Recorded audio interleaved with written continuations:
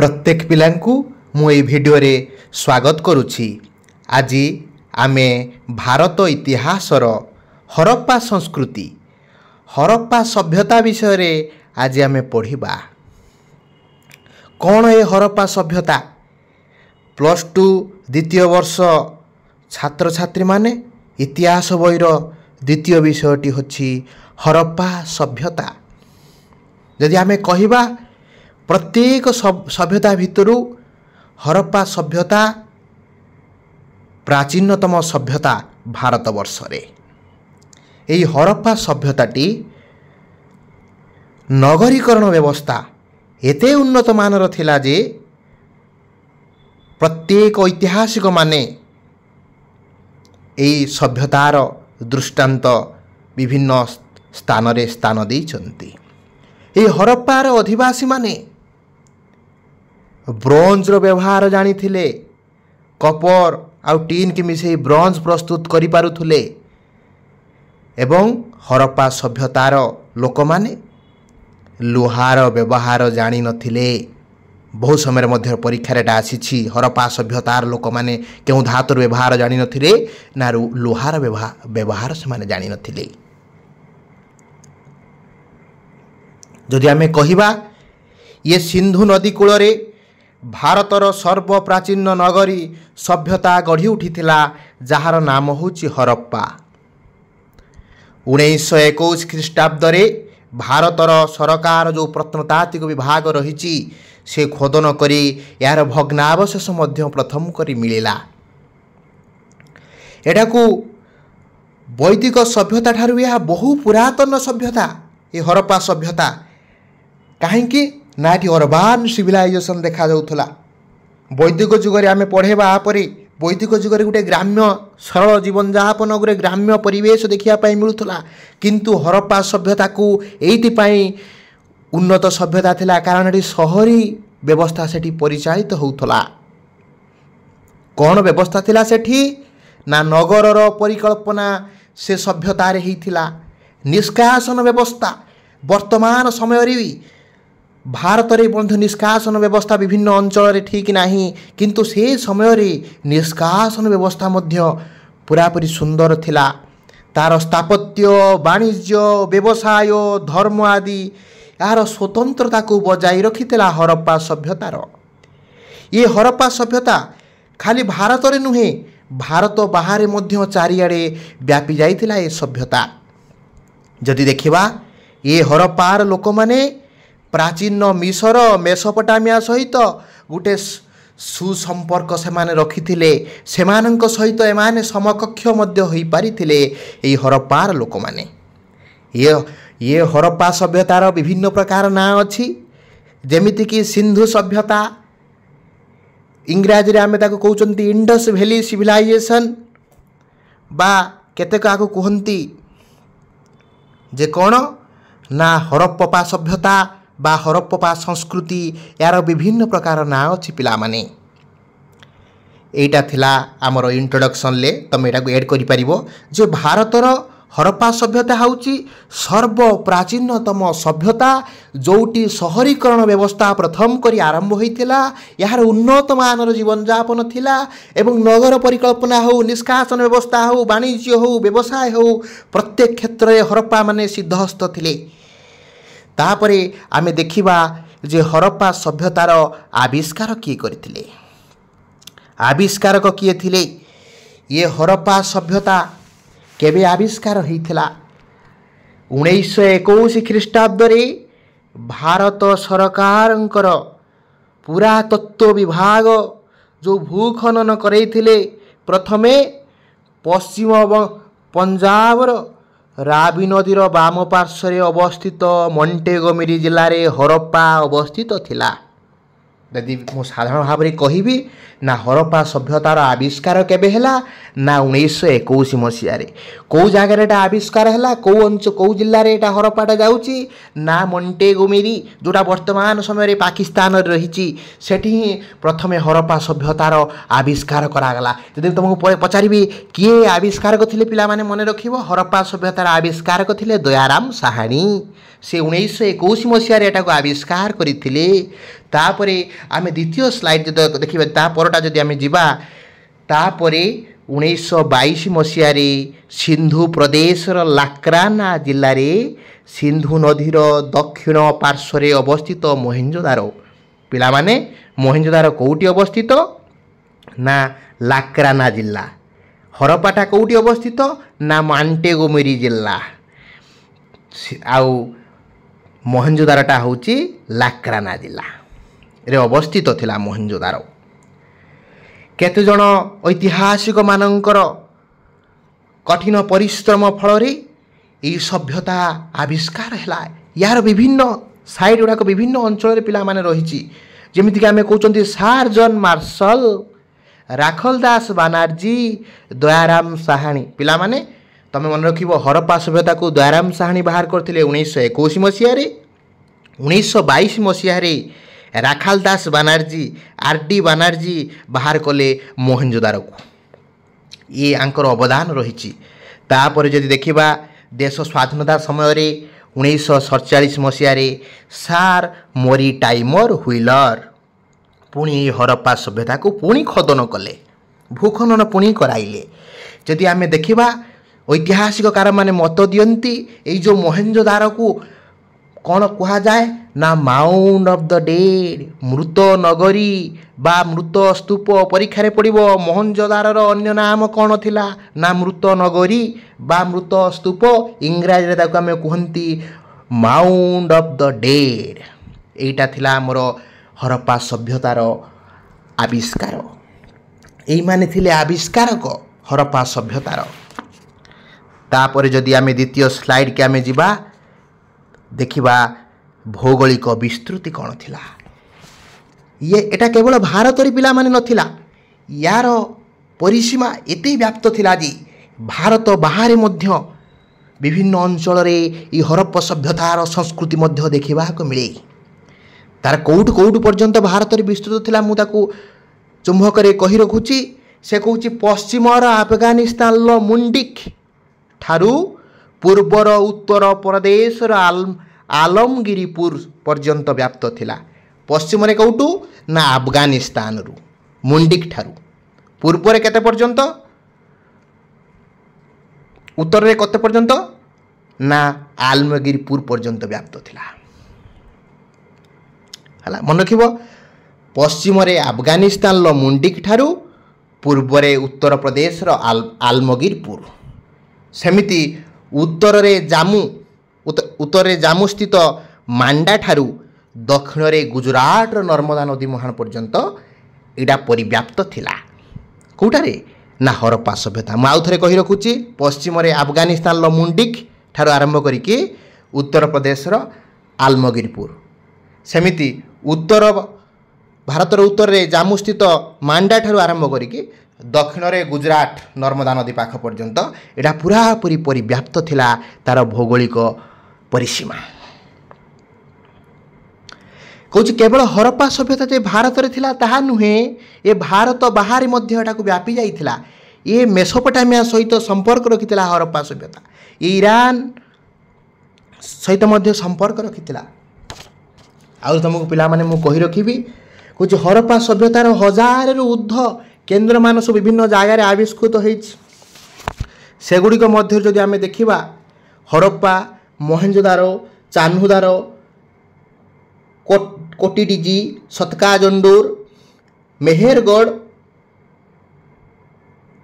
थारोर नंदुवारी ये सब गुड़ाक विभिन्न अंचल थिला जोड़ा हरप्पा अंचल थिला ता सहित मैंने मन रखिबो आमर जदि भारत रे देखिबा फेमस जगह कोटा राजस्थान लो कालीबंगना जोटी लंगल बाहरी थिला सेटा मध्य गोटे स्थान जामुर मांडा गुजरात रो लोथाल ये सब गुड़ाक तुमको मन रखा पड़ो विभिन्न साइड पचार दब परीक्षा रे राजस्थान लो कौ जगटा कालीबंगना कौ राज्य रे ना राजस्थान ले जामुटा कौ राज्य माने ये रे ना मांडा ना गुजरात लोथालटा कौ राज्य रे ना गुजरात रे एमती पचार दब परीक्षा रे बुलेकी पचार दब तुमको एड़ा को मन रखा पड़ो पिला माने एटा थिला तार भौगोलिक विस्तृति तापरे आमे गोटे गुरुत्वपूर्ण विषय को आमे आलोचना करिबा जोटा अति गुरुत्वपूर्ण जोटा परीक्षा आसे जे तार नगर परिकल्पना पिला माने हरप्पा सभ्यता गोटे सहरीय सभ्यता हरप्पा सभ्यता रे नगरीकरण व्यवस्था पाई से बहुत फेमस बहुत प्रसिद्धि अर्जन करथिला तारी सहरीकरण व्यवस्था पाई तार सहरर गठन रास्ताघाट गृह नर्दमा स्नानागार शस्यगार एमिति भाव रे गठन करा जाइथिला जे आधुनिक सभ्यता को मध्य पछरे पकई देव पिला माने नगरर परिकल्पना एते सुदृढ़ थिला जे से समय एटा गोटे निर्दर्शन कहले अत्युक्ति हेब नाही। हरप्पा सभ्यतार जदि सबुठार गुरुत्वपूर्ण वैशिष्ट्य होउची तार नगर परिकल्पना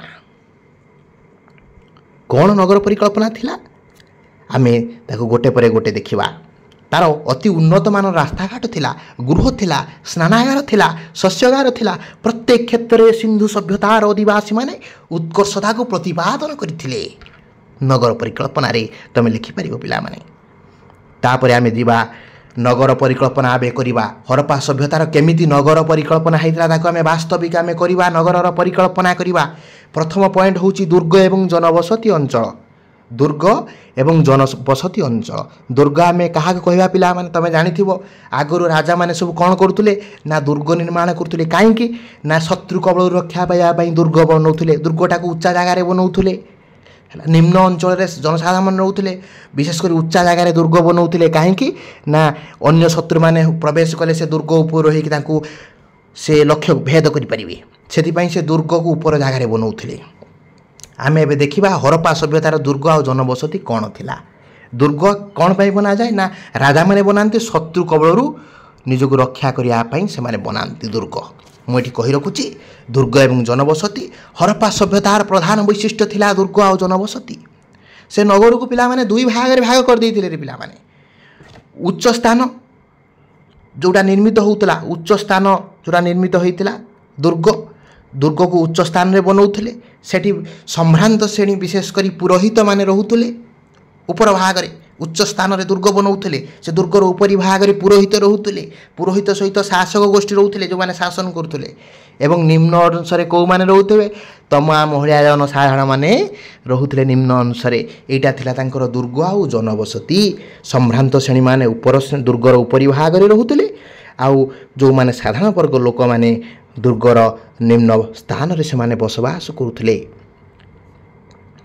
आ गोटे कथा मन रखिबो पिला माने से जो दुर्गर से जो तैयारी करुथले चतुर्पार्श्व को से घेरी थिले प्राचीर द्वारा से माने घेरी देइथिले आ से प्राचीर जो बनौथिले तमे जानि छ हरप्पा सभ्यता माने पुडा इटा फेमस पिला माने से माने प्राचीर गुडा को मध्ये पुडा इटा रे निर्माण करथुले जहा फल रे बहिर्शत्रु के आक्रमण करि परिबे नाही एटा था तांकर दुर्ग आ जनबसति हरप्पा सभ्यता नगर परिकल्पना आमे करचंती। प्रथम पॉइंट कोन दुर्ग एवं जनबसति दुर्ग को उच्च जगार बनौथिले राजा सम्भ्रांत श्रेणी रहउथिले निम्न अंश रे लोक माने रहउथिले दुर्ग को चारि पाखरे से बड़ बड़ प्राचीर द्वारा घेरी दउथिले प्राचीर गुडा को इटारे तैयारी होतला एई सब कथा तुमको मन रखिया पई पड़िबो। द्वितीय नगर परिकल्पना जदि आमे द्वितीय पॉइंट को आमे जिबा ना बासगृह तुमको टिके पूर्व मु कहली बासगृह पिला माने कोटा तैयारी हबरे ना इटारे इटा से माने व्यवहार जानिथिले से माने पोड़ा इटा व्यवहार करुथिले हरप्पा सभ्यतार अधिवासी माने पोड़ा इटा व्यवहार करुथिले पोड़ा इटा को से माने व्यवहार करुथिले पिला माने गृह निर्माण पई से माने पोड़ा इटा को व्यवहार करुथिले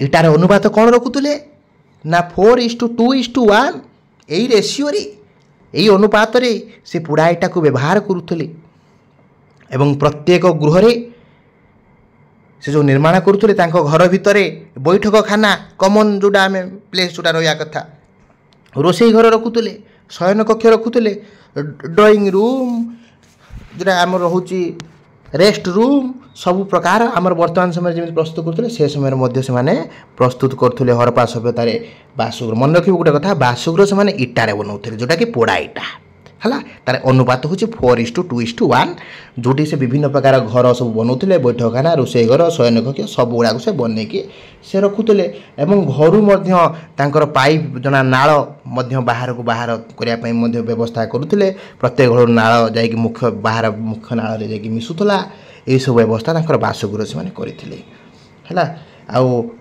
ରାସ୍ତାର ଉଭୟ ପାଖରେ ତାଙ୍କର ଗୃହ ଗୁଡ଼ାକ ସବୁ କରାହେଇଥିଲା ହେଲା। ରାସ୍ତାର ଉଭୟ ପାର୍ଶ୍ୱରେ ସେମାନେ ଗୃହ ସବୁ ନିର୍ମାଣ କରିଥିଲେ ରେ ପିଲାମାନେ।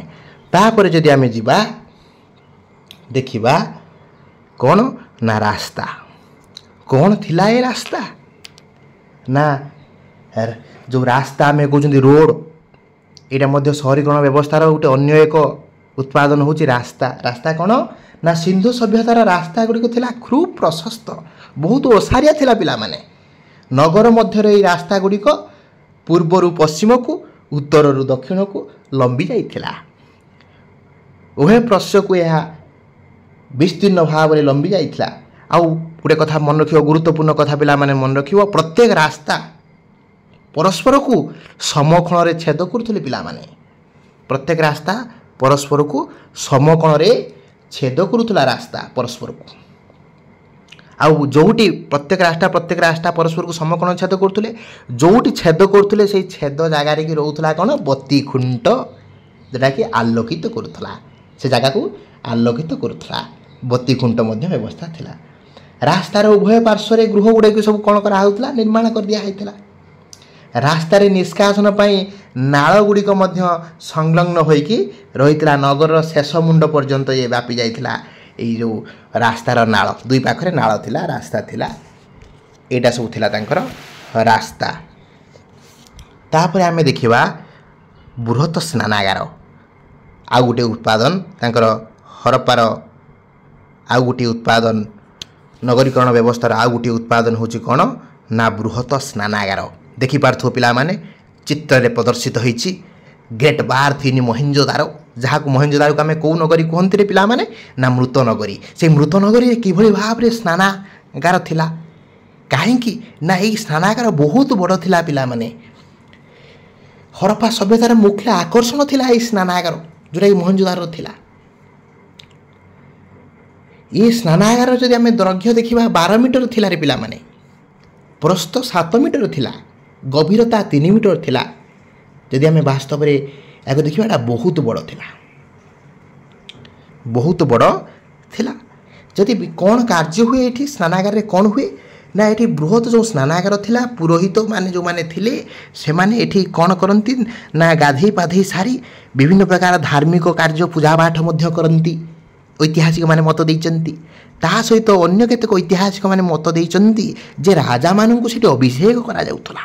ସେଇ ବୃହତ ସ୍ନାନାଗାର ତାଙ୍କୁ ଅଭିଷେକ କରାଯାଉଥିଲା, ତାଙ୍କୁ ଅଭିଷେକରେ ଭୂଷିତ କରାଯାଉଥିଲା। ପୂଜାପାଠ ଆଜି କାର୍ଯ୍ୟ ହେଉଥିଲା, ସେ ସମସ୍ତ କାର୍ଯ୍ୟ ସେଇ ବୃହତ ସ୍ନାନାଗାରରେ କରାହେଉଥିଲା। ସ୍ନାନାଗାରର ତା'ର ପୁରାପୁରି କେତେ ତା'ର ଦୈର୍ଘ୍ୟ ଥିଲା ନା 12 ମିଟର, ପ୍ରସ୍ଥ କେତେ ଥିଲା ନା 7 ମିଟର, ଗଭୀରତା କେତେ ଥିଲା ନା 3 ମିଟର। ଯଦି ଆମେ ଦେଖିବା ଏଇଟା ବହୁତ ବଡ଼ ଥିଲା ହେଲା। ଏଇଟା କାହିଁକି, ଏଇଟା ମଧ୍ୟ ବହୁତ ଆମକୁ ସାହାଯ୍ୟ କରୁଥିଲା, ପୂଜାପାଠ ଅନ୍ୟାନ୍ୟ କରୁଥିଲା। ଆଉ କିଭଳି ଭାବରେ କ'ଣ କରୁଥିଲେ ନା ବହୁତ ଆଟ୍ରାକ୍ଟିଭ୍ ଏଇଟା ମଧ୍ୟ ଥିଲା ପିଲାମାନେ, ବୃହତ ସ୍ନାନାଗାର।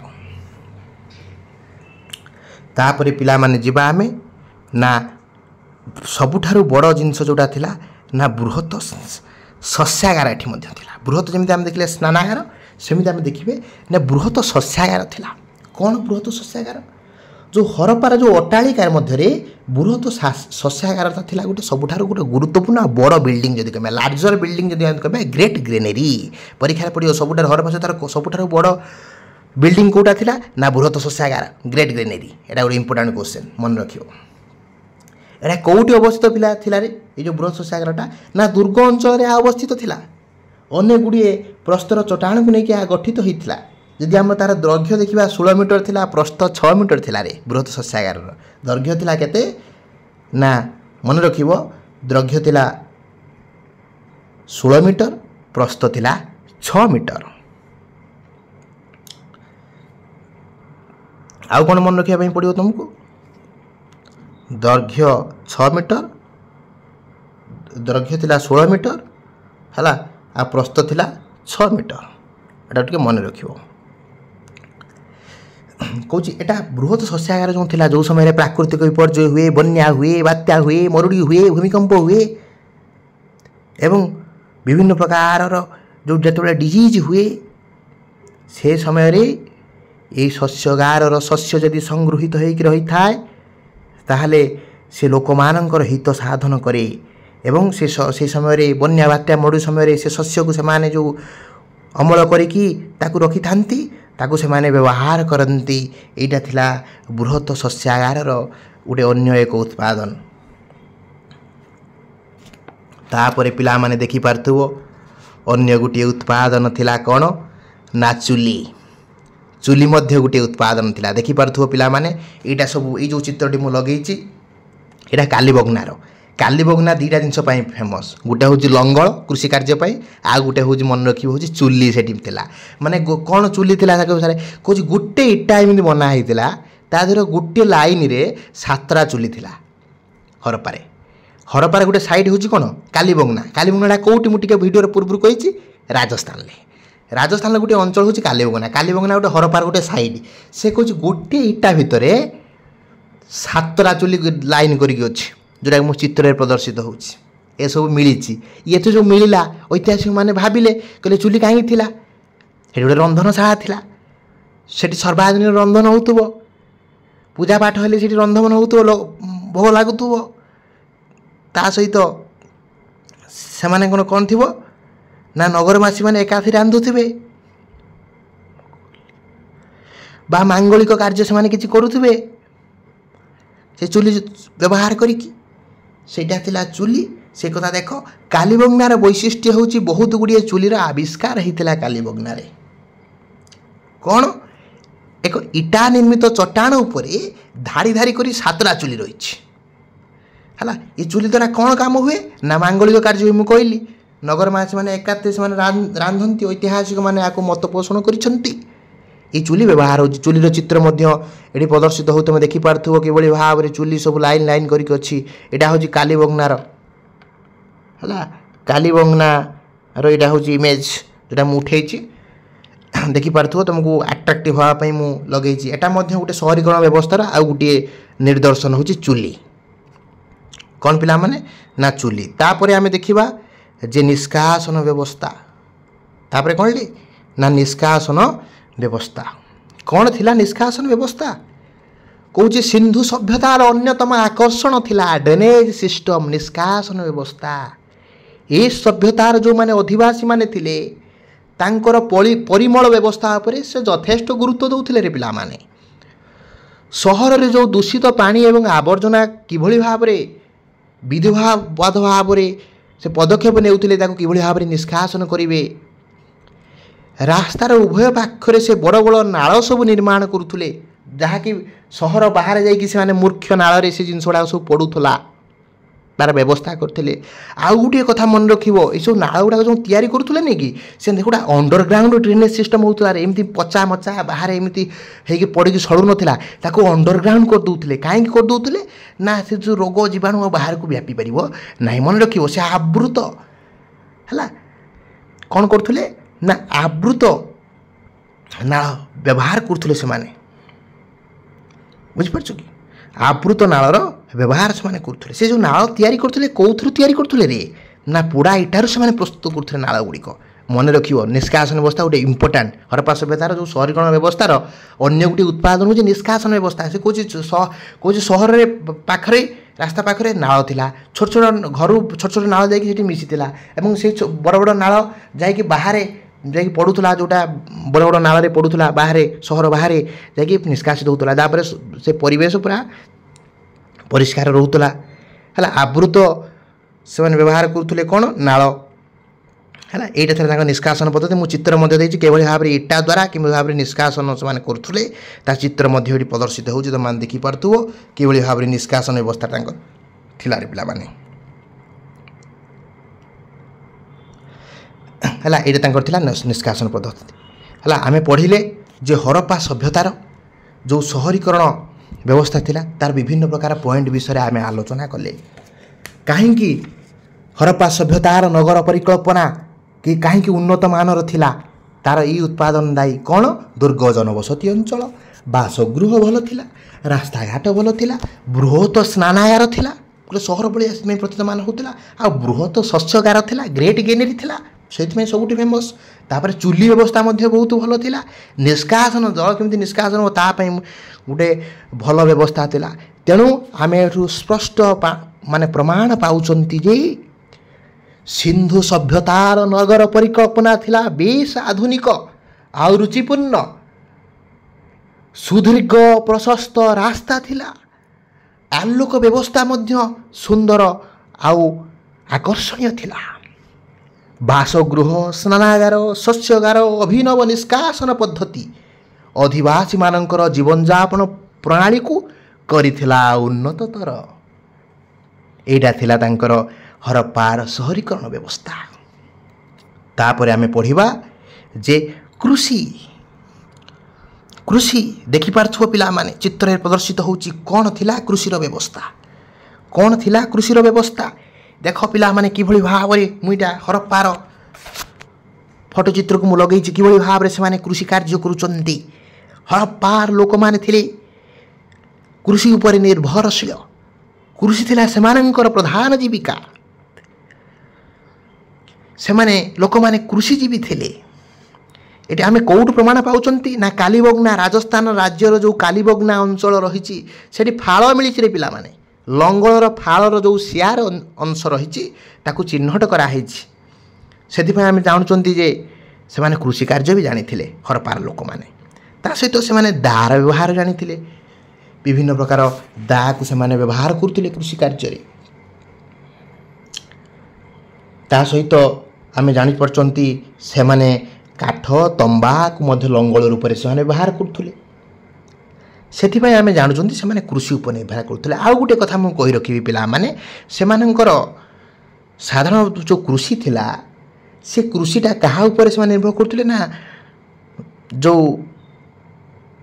वर्षा पर निर्भर करथिले कृषिटा कृषि कार्य जो करथिले से माने वर्षा पर निर्भर करथिले जलसेचन व्यवस्था टिके ते उन्नत थिला से माने वर्षा जल ऊपर निर्भर करथिले पिला माने तमे देखिथिबो बहुत समय रे आमे सिंधु सभ्यता सिंधु नदी रे बहुत समय रे पानी हे जाए बन्या परिस्थिति उपजे जेतेबेले बन्या परिस्थिति सेतेबेले सिंधु नदी रे उपजे पिला माने गदा हे जाए आसे कि पटु माटी सिंधु नदी रो अववाहिका रे बहुत भल उर्वर मृत्तिका जोगु बहुत भल चाष होई थाए पिला माने सेतिपाई तांकर कृषि मध्य बहुत उन्नत मानर थिला कारण से जो सिंधु नदी बन्या प्लावित अंचल रे जो पटुमाटी जमा हुए से पटुमाटी रे भल उर्वर फसल से माने उत्पादन करि पारंती पिला माने आमे देखिबा को शस्य से माने उत्पादन करूथले एटी मध्य लिखा जाइछि पिला माने से माने गहम देख से माने गहम व्यवहार करूथले गहम धान जब तुला राशि एवं पनीपरिया से उत्पादन करुले ता सहित तांकर प्रधान यदि देखिबा खाद्य थिला कौन ना बाली गहम खजुरी तांकर प्रधान खाद्य थिला आमे कहउचंती हरप्पा सभ्यतार कृषि व्यवस्था अत्यंत उन्नत मानर थिला कृषि हरप्पा सभ्यता को परिपृष्ट करिथिला तापरे आमे पढ़िबा यदि वीडियो पिला माने स्पीड ही जाउची ताको बारंबार देख बैक करिके देखिले थर दी थर देखिले हे जीव तमरो तापरे आमे जिबा गृहपालित पशु चित्र देखि पारुथुव पिला माने से किभଳି भाबरे गृहपालित पशुर व्यवहार जानिथिले आमे केमिति जानुचंती पिला माने से माने गृहपालित पशुर व्यवहार करूथले बोली आमको बहुत पिला माने सील मिली देखुव वृषभ सील मिली हाथींकर सीप मिली गंडांकर सीप मिली जो सील मिली जो सील गुड़ा को आम जानूँ से सील गुड़ा से मुद्रारे बा सील रे से सब स्थान देते ताले आम जानूँ से पशु मान विषय से आइडिया अच्छी से गृहपालित पशु कर रखुंट कहीं से सील स्थान देवे कौ पशु मान से व्यवहार करुले यहाँ सील सब मिलूँ आ से पशु मैंने कार्य कर चित्र सील प्रदर्शित होती आम जानूँ से गृहपालित पशु पशु को से कार्य लगाऊे सेठू आम पे क्या जो सील मिली मुझे बही सब देनी मुझे जोड़ी देखि चित्र गुड़ाक आमती मुझे प्रदर्शित कर सील गुड़ाक देखिकी तुम जापरु यही गुड़ाक सब थी सील द्वारा जानते कौ गुड़ाक गृहपालित पशु कौच आम हरप्पा सभ्यतार अधिवासी मैंने विभिन्न प्रकार पशु को से पालन करते पाने जमीक तुम गोरु गाई मेढ़ा घुषुरी ओट सब प्रकार पालन करते कि मन रखिए दुईटा से व्यवहार जाना दुईटा पशुर से व्यवहार जाना सील मिलनी से हूँ गोटे हूँ घोड़ा गोटे हूँ कुकुर से पाई से व्यवहार से जाना घोड़ा कुकुर जाना से बहुत गुड़ा आमको सब मोहर मिली जो सील मिली से मैंने आम देखुं बाघ अच्छी गंडा अच्छी है जो हाथी अच्छी जो सील गुड़ा मुझे लगे बाद अन्य से पशु मान विषय जानते जमी मांकड़ मूषा ठेकुआ नेउल बिलेई यही सब विषय से आइडियास रही आम जानते से बहुत गुटे जो पशु मैंने विशेषकर अच्छा जमीन आम कहते बलद हूँ महिषी हूँ षंड हूँ वृषभ हूँ उट हूँ वृषभ नुहे पिला भूल कहली तमें बलद महिषी वृषभ को से पूजा करते है एमानकु से कृषि कार्य व्यवहार करते जिनस नवा आने व्यवहार करते आम जानी जे कृषि को सहाय होगापाई से सब विभिन्न प्रकार गृहपालित पशु मानू से व्यवहार करते यहीटा थिला आमर हरप्पा सभ्यतार किभली भाव आविष्कार है किभली भाव नगर गठन करे किभली भाव से कृषि कार्य कले किभली भाव गृहपालित पशु को से पालन कले एटा मोर हरप्पा सभ्यतार प्रथम वीडियो द्वितीय वीडियो मु आनिबी किभली भाव तांकर कारीगरी कौशल थिला कि कौ पशु मानू कौ भाषार से व्यवहार जानी कौ लिपि व्यवहार जानी कौ धर्म को से विश्वास करुले ये मु द्वितीय वीडियो आनिबी मु आशा करुच्ची पिला माने जदि मोर ये पीपीटी माध्यम रे वीडियोटी तुम मानक इंटरेस्टिंग लगी बुझा पड़ी ताले मो चैनल को पिला माने लाइक करिवो सब्सक्राइब करिवो सांग मान सहित शेयर करिवो मु आशा करुच्ची तुम माने बुझी पारुथबो। जय जगन्नाथ, वंदे उत्कल जननी।